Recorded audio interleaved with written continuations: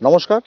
2025 সাল মকর রাশির জাতক জাতিকাদের কীরকম যেতে পারে সেই নিয়ে আসছি এই আলোচনায়। প্রত্যেকের মনে একটা সার্বিক কৌতূহল থাকে নতুন ইংরাজি বছর কীরকম যেতে পারে।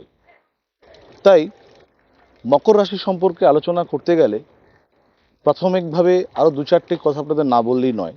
প্রথমত 2025 সাল 9 সংখ্যার সাল। আমরা জানি 9 সংখ্যাকে প্রতিনিধিত্ব করে মঙ্গল। প্রথমে জেনে রাখা দরকার এই মুহূর্তে মঙ্গল কর্কট রাশির ভাবে নিচস্থ অবস্থান করছে। কর্কট রাশি থেকে মিথুন রাশিতে 21শে জানুয়ারি মিথুন রাশিতে অবস্থান করবে। তারপরে আবার 3রা এপ্রিল কর্কট রাশির ভাবে, 3রা এপ্রিল থেকে আবার জুন মাসে সিংহ রাশির ভাবে, তারপরে কন্যা রাশি এবং তুলা রাশি, এভাবে চলতে থাকবে। সার্বিকভাবে এই বছরটি মঙ্গল এবং শনির সহাবস্থান শুভ নয়, কারণ মঙ্গলের সাথে শনির পঞ্চম নবম, ষষ্ঠ অষ্টম এবং সমসপ্তম দৃষ্ট বিনিময় হতে চলেছে। আপ টু অক্টোবর মাস পর্যন্ত মঙ্গলের আধিক্য ব্যাপকভাবে নেতিবাচক থাকবে। তাই প্রত্যেকটি রাশিফলেই কম বেশি কিন্তু নেতিবাচক প্রভাব পড়তে চলেছে। আমরা জানি মঙ্গল সেনাপতিকারক গ্রহ। বিভিন্ন রকমের অর্থক্ষয়, রক্তক্ষয়, মানসিক এবং সামাজিক ক্ষয় কিন্তু লুকিয়ে আছে এই 2025 সালে। যে কোনো বার্ষিক রাশিফল বলতে গেলে আমরা মন্থরগতি সম্পন্ন গ্রহেদের গোচরটা প্রাধান্য দিই। শনি এই মুহূর্তে কুম্ভ রাশির ভাবে অবস্থান করছে পূর্বভাদ্র নক্ষত্র প্রাপ্ত হয়ে। 2025 সালে 29শে মার্চ শনি কুম্ভ রাশি ত্যাগ করে মীন রাশির ভাবে অবস্থান করবে, অর্থাৎ মকর রাশির সাপেক্ষে তৃতীয়ভাবে শনির প্রবেশ ঘটবে 29শে মার্চের পর। তারপর 28শে এপ্রিল শনি উত্তর ভাদ্রপদ নক্ষত্র প্রাপ্ত হবে। বৃহস্পতি মকর রাশির সাপেক্ষে এই মুহূর্তে পঞ্চমভাবে অবস্থান করছে। ঠিক 14ই এপ্রিলের পর বৃহস্পতি ষষ্ঠভাবে অবস্থান হবে মিথুন রাশির ভাবে। রাহু মীন রাশি অর্থাৎ মকর রাশির সাপেক্ষে এই মুহূর্তে তৃতীয়ভাবে অবস্থান করছে। দ্বিতীয়ভাবে ঢুকবে 18ই মের পর। কেতু এই মুহূর্তে মকর রাশির সাপেক্ষে নবমভাবে অবস্থান করছে, ঠিক দশমভাবে অবস্থান করবে 2025-এর 18ই মের পর। অর্থাৎ শনি, রাহু, বৃহস্পতি, কেতু এই প্রধান যেই গ্রহগুলো, এদের আচরণের ওপর কিন্তু মকর রাশির জাতক জাতিকেরা কীভাবে কী ফল পেতে চলেছে সেটা কিন্তু আমরা নির্ণয় করতে পারব।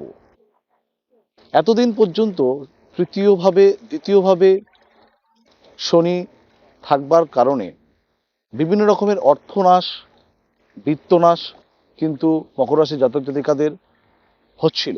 ঠিক 29শে মার্চ শনি যখন মকর রাশির সাপেক্ষে মীন রাশিতে প্রবেশ করবে, শনি কিন্তু স্বর্ণমূর্তি আকার ধারণ করবে।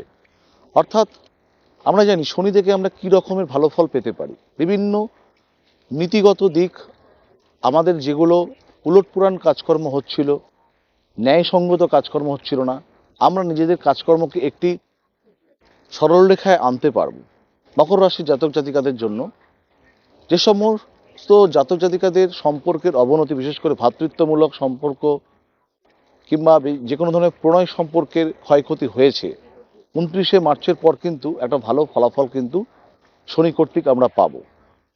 বিভিন্ন রকমের মান সম্মান বৃদ্ধি, পদমর্যাদা বৃদ্ধি, এমনকি বিদেশ যাত্রা কিংবা তীর্থক্ষেত্রের জন্য সুবর্ণ সুযোগ হতে চলেছে 29শে মার্চের পর। যারা শিক্ষাক্ষেত্রে যুক্ত, 29শে মার্চের পর শিক্ষা নিয়ে তাদের কিন্তু যে কোনো ধরনের উচ্চ বিদ্যার ক্ষেত্রে একটা সফলতার জায়গা কিন্তু আসছে। শিক্ষাক্ষেত্রে বিদেশ যাত্রা কিংবা কর্মক্ষেত্রে বিদেশ যাত্রার কিন্তু একটা সুযোগ কিন্তু তৈরি হবে। তবে কিছু ক্ষেত্রে মানসিক বিড়ম্বনা আসবে, কিছু অর্থনাশ উলটভাবে হতে পারে, প্রতারণার মুখে আমরা পড়তে পারি মকর রাশি জাতক জাতিকারা। যেহেতু রাহু মকর রাশি সাপেক্ষে দ্বিতীয়ভাবে আসতে চলেছে 18ই মের পর, তাই যে কোনো ধরনের ইনভেস্টমেন্ট করবার ক্ষেত্রে সাবধানী পদক্ষেপ হওয়ার প্রয়োজন আছে।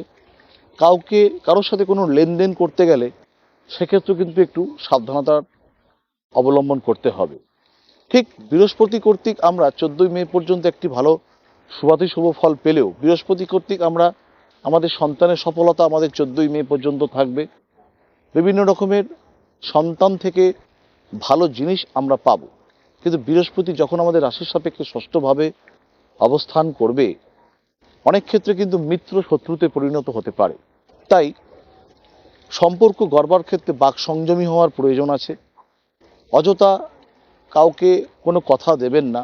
বিশেষ করে মে মাসের পর থেকে পিতৃবিয়োগ, মাতৃবিয়োগ কিংবা নিকটতম যারা সম্পর্কের আছে আত্মীয়, সেই বিয়োগের সম্ভাবনা, তাদের স্বাস্থ্যহানির সম্পর্ক একটা কিন্তু সম্ভাবনা কিন্তু তৈরি হবে মে মাসের পর মকর রাশির জাতক জাতিকাদের ক্ষেত্রে। কেতু যখন আপনাদের রাশি সাপেক্ষে দশমভাবে অবস্থান করবে মে মাসে, অর্থাৎ সেক্ষেত্রে কর্ম নিয়ে কিছু বিড়ম্বনা, কর্মক্ষেত্রে অকারণের নিন্দা, অন্যের দোষ নিজের কাঁধে চলে আসা, এই ব্যাপারে কিন্তু সাবধানতা প্রয়োজন। যারা ব্যবসা করছেন, নতুন কোনো ব্যবসা যারা শুরু করতে চাইছেন, তারা মে মাসের পর সেই জায়গাটায় যদি আপনারা অগ্রসর হন, তাহলে সফলতার জায়গাটা আরও মসৃণ হবে। যারা বাড়ি ঘর তৈরি করবার ক্ষেত্রে অগ্রসর হতে চাইছেন, তারা মে মাসের পরে কোনো যান, গৃহ, সম্পত্তি, ভূসম্পত্তির লাভ সব মে মাসের পর থেকে কিন্তু আস্তে আস্তে একটি ভালো সময় আপনারা পেতে পারেন। তবে মঙ্গলের যেহেতু সার্বিক একটা নেতিবাচক আধিক্য প্রত্যেকটি রাশির ওপরেই থাকবে, মঙ্গল আপনার রাশিচক্রে কি অবস্থায় আছে সেটা বিচার্য বিষয়। রাহু, শনি, বৃহস্পতি, কেতু এই মন্থর গতি সম্পন্ন আপনার রাশিচক্রে কি অবস্থায় আছে বিচার্য বিষয়। আরেকটি বিষয়, আপনার এই মুহূর্তে চলা দশা অন্তর্দশা আপনার অনুকূলে থাকলে তবেই কিন্তু স্বাস্থ্য, কর্ম, ব্যবসা এই নিয়ে কিন্তু আপনারা শুভাতি শুভ ফল পাবেন। এবং সে সকল গ্রহগুলো যদি আপনার জন্মছকে নবতারা চক্রে যদি অশুভ নক্ষত্র প্রাপ্ত হয়, তবে কিন্তু কোনো অংশে কিন্তু আপনারা শুভাতি শুভ ফল পাবেন না। তাই নবতারা চক্রে এই গ্রহগুলো শুভ অবস্থায় আছে কিনা সেটাও কিন্তু বিচার্য বিষয়। আরেকটি বিষয়, যেহেতু আপনাদের রাশিচক্রে সপ্তমভাবে কর্কট রাশির ভাবে নিচস্থ মঙ্গল এবং মিথুন রাশির ভাবে 21শে জানুয়ারি যাওয়ার পর আবার 3রা এপ্রিল যখন রিভার্স করবে কর্কট রাশির ভাবে, ব্যবসা সংক্রান্ত অতিরিক্ত লোকসানের কিন্তু একটা সম্ভাবনা থাকছে। তার সাথে দাম্পত্য জীবনে কলহ বৃদ্ধি পেতে পারে। যে কোনো ধরনের মামলা, মোকদ্দমা, আইনি সমস্যা কিন্তু মকর রাশির জাতক জাতিকাদের জন্য কিন্তু আসতে চলেছে। বিবাহিত জীবন যাদের সংগঠিত হয়নি, তাদের ক্ষেত্রে কিন্তু এই 2025 মকর রাশির জাতক জাতিকাদের খুব একটা ভালো ফল মিলতে নাও পারে। প্রণয়জনিত সমস্যা, কারণ রাহু, কেতু, বৃহস্পতি, শনি এবং তার সাথে মঙ্গলকে যদি আমি যুক্ত করি, মঙ্গলের আধিক্য অতিরিক্ত নেতিবাচক থাকায় মকর রাশির জাতক জাতিকাদের দাম্পত্য এবং প্রণয়জনিত সম্পর্কের যেই জায়গাগুলো, সেগুলো কিন্তু অত্যন্ত অবনতির জায়গায় থাকবে।